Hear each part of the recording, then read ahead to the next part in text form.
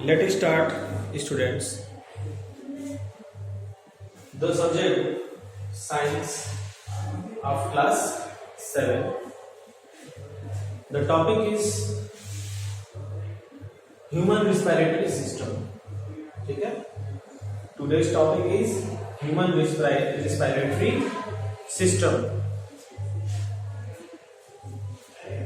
In this respiratory system, we study that how do we breathe, कैसे हम breathe करते हैं और किस सिस्टम के द्वारा हम ब्रीथ करते हैं, ठीक है, किस ऑर्गन के द्वारा, by which organ system we breathe, ठीक है. Now you see this diagram. This is the diagram of lungs, ठीक है. This diagram is lungs of human का ये lungs है, man का, ठीक है. तो ये आपका that is leveled by this oral cavity, nose, nasal passage. Nasal passage is this point that from we inhale the air, ठीक है, by which we inhale the air, that is nasal passage.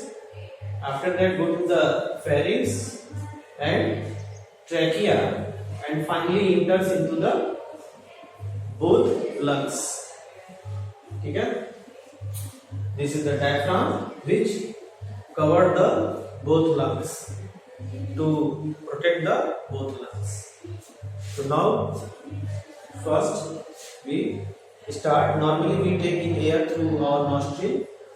हम अपने nostril से air लेते हैं and it passes through nostril to nasal cavity, and by this nasal cavity passes to from the nasal cavity the air reaches lungs.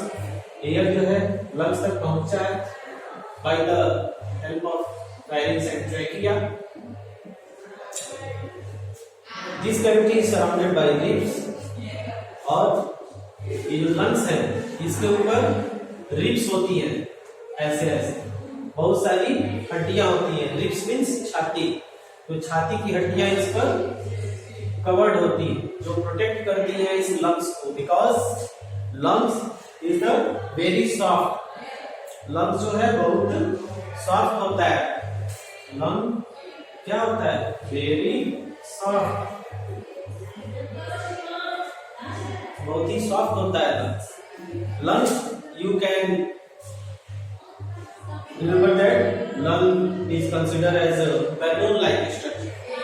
Lungs जो है एक balloon की तरह स्ट्रक्चर है जिसमें एयर जाता है तो वो फूल जाता है, और जब एयर उससे निकलता है तो फिर वो क्या करता है? चिपक जाता है. Now during inhalation ribs move up. Breathing involves the movement of diaphragm and ribs. अब इनहेलेशन ब्रीथिंग,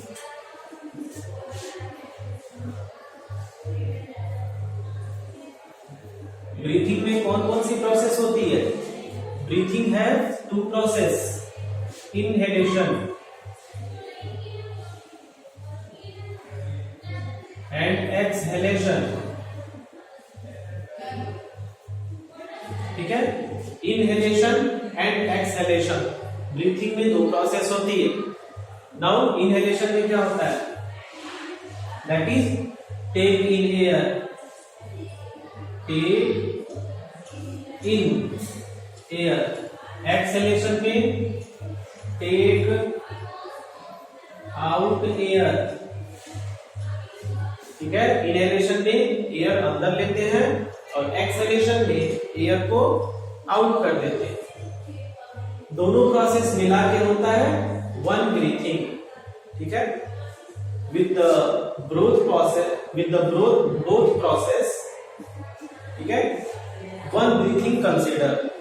जब दोनों प्रोसेस हो जाता है तो हम कहते हैं वन ब्रीथिंग हुआ, ठीक है. The number of time of person breathe in a minute, that is called breathing rate. Breathing rate. What is breathing rate? Breathing rate is number of breath in 1 minute. Number of breath in 1 minute. एक minute में जितनी बार हम breathe करते हैं वो breathing rate कहा जाएगा। ठीक है, that is known as breathing rate, number of breath in 1 minute. And breathing is the both the process inhalation and exhalation. ठीक है, तो 1 मिनट में जितनी बार आप ब्रीथ करते हैं दैट इज ब्रीथिंग रेट, उसको हम ब्रीथिंग रेट कहते हैं। You can also count at your home by see the watch. ठीक है, वॉच देख करके आप 1 मिनट में कितनी बार इनहेलेशन एक्सहेलेशन करते हैं वो आप कर सकते हैं। ठीक, दोनों प्रोसेस जब हो जाएगा तब हम करते हैं 1 ब्रीथ हुआ। यहाँ पे लिखूं मैं 1 breathing is equal to this and this. Okay, now inhalation में क्या होता है? inhalation में जैसा कि लिखा है take in air इसके अंदर पास करता है एयर, तो एयर जब इसके अंदर जाएगा ये आपका यहाँ पे आएगा, फिर इस लंग्स में और इस लंग्स में, दोनों लंग्स में जाएगा तो लंग्स क्या होंगे? फूलेंगे। और ये जो डायफ्राम है, ये डायफ्राम क्या हो जाएगा?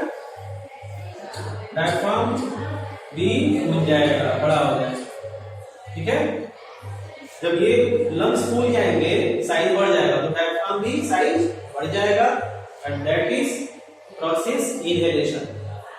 एक्सहेलेशन में क्या होता है? एयर बाहर की तरफ जाएगा, तो क्या हो गया? ये एरो ऐसे हो गया, एयर बाहर की तरफ जा रहा है, तो फिर ये क्या होगा? ये ऊपर की तरफ जाएगा। ठीक है, दिस वन ऐसे, तो ये एयर, सारा एयर जब आउट होगा, बाहर निकलेगा, तो ये जो डायफ्राम है, डायफ्राम क्या होगा? फिर लंग्स पिचकेगा और श्रिंक करेगा, और डायफ्राम में क्या होगा?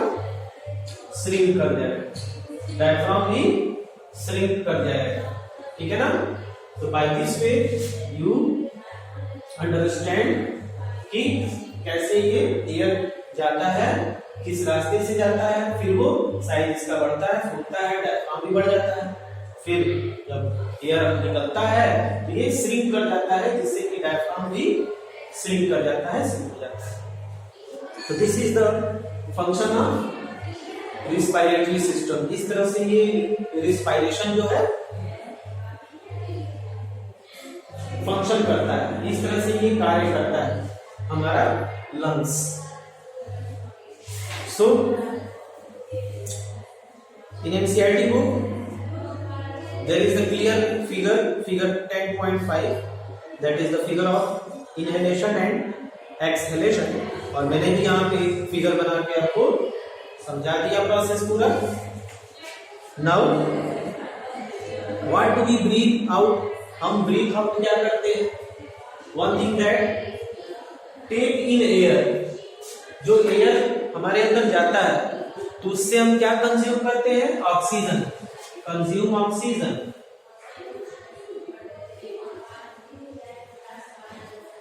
कंज्यूम ऑक्सीजन, ठीक है, ऑक्सीजन कंज्यूम करके बाहर निकालें। एक्सहेलेशन में CO2 बाहर,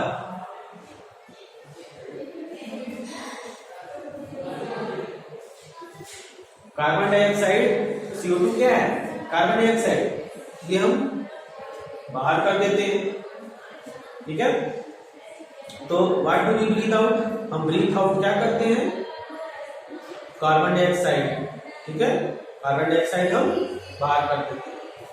अब यहाँ पे ऑक्सीजन जो ऑक्सीजन हम लिए रहते हैं वो ऑक्सीजन ब्लड वेसल के साथ सारी सेल्स को पहुंचा दी जाती है। तो ऑक्सीजन सबसे पहले किसमें आया? ऑक्सीजन सबसे पहले आया लंग्स में, ठीक, लंग्स से ब्लड वेसल में, ब्लड वेसल में, ब्लड वेसल किसको दे देगा? सेल्स को, ब्लड वेसल्स दे देगा बॉडी के सेल्स को, ठीक है, सेल्स को दे देगा। And after that blood vessel oxygen दे देगा सेल्स को, और सेल्स से फिर क्या ले लेगा ब्लड वेसल? कार्बन डाइऑक्साइड ले लेगा, CO2 is take out by the cell, ठीक है, O2 gives to the cell and CO2 receive to the cell। CO2 फिर से कौन लेगा भाई? ब्लड वेसल लेगा, ठीक है, और फिर ब्लड वेसल कहां चला जाएगा? लंग्स में। ब्लड वेसल फिर कहां आएगा? लंग्स में, और लंग्स फिर आउट कर देगा, क्या आउट कर देगा? CO2। Clear that? तो इस तरह से ऑक्सीजन हमारे सेल्स तक पहुंच जाता है, और फिर सेल्स से जो कार्बन डाइऑक्साइड है वो रिलीज हो जाता है, ठीक है ना। तो ये आपका यहां से यहां तक प्रोसेस इनहेलेशन, यहां से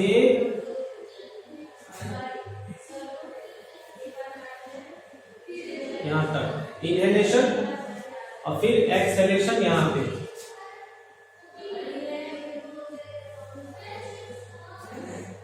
ठीक है, ये आपका इनहेलेशन और ये आपका एक्सहेलेशन, राइट। ये डायग्राम सबको समझ में आ जाएगा। दिस इज रे डायग्राम। ऑक्सीजन पहले लंग्स में गया, लंग्स से ब्लड वेसल ऑक्सीजन लिया, ठीक है, लंग्स से ऑक्सीजन लिया ब्लड वेसल, और फिर वो ऑक्सीजन सेल्स को दे देगा, और सेल्स से फिर रिसीव कर लेगा carbon dioxide, and that blood vessel में आएगा, ब्लड वेसल फिर लंग्स को दे देगा कार्बन डाइऑक्साइड, और लंग्स हमारा कार्बन डाइऑक्साइड बाहर कर देगा। इस तरह से this is the sequencing of respiratory system. Now you, oxygen कितने परसेंट होते हैं? 21% एयर में ऑक्सीजन होता है, ठीक है। तो जब लंग्स हमारा कंज्यूम करता है ऑक्सीजन तो क्या होता है? ऑक्सीजन दैट इज 21%, ठीक है, और इसको लंग्स जब कंज्यूम कर लेगा, जब ये लंग्स में जाता है, ये जब लंग्स में रहेगा, ठीक है, तो ये लंग्स कंज्यूम करेगा तो कितना बचेगा? दैट इज, आप ऐसे फिगर बना, लंग्स जब कंज्यूम करेगा तो जब उसको टेस्ट करते हैं तो 16 एक्सहेल्ड बाहर करते हैं तो 16.4% ऑक्सीजन, ठीक है। तो इनहेलेशन कितना हुआ? इनहेलेशन आपका 21% हुआ, और एक्सहेलेशन में 16.4 ऑक्सीजन रहा। तो एक्सहेलेशन में ऑक्सीजन लेवल कम हो गया, बाकी ऑक्सीजन लंग्स के द्वारा कंज्यूम हो गया, ठीक है, ये चीज बताया जा रहा है। तो इस तरह से आपको पता चलता है कि ऑक्सीजन जो है कंज्यूम हो गया बाय द लंग्स।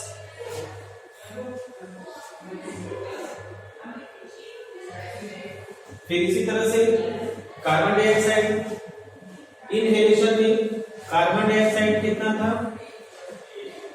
0.04%, ठीक। और जब लंग्स इसको एक्सहेल करता है, जब एयर हम बाहर निकालते हैं तो उसमें कार्बन डाइऑक्साइड बढ़ जाता है, क्योंकि बताया गया कि सेल्स के द्वारा कार्बन डाइऑक्साइड फिर लगता है। तो कितना हो जाता है 4.4% CO। ठीक है, तो this is the whole process of human respiratory system. This is figure, this is the ray diagram and this is the figure that how we breathe। ठीक है, ये आपको समझने के लिए इनहेलेशन में कितना % होता है और एक्सहेलेशन में ऑक्सीजन कितना होता है, कार्बन डाइऑक्साइड कितना होता है। ठीक है, so this is all about human respiratory system। So thanks for watch the video। Okay, thanks।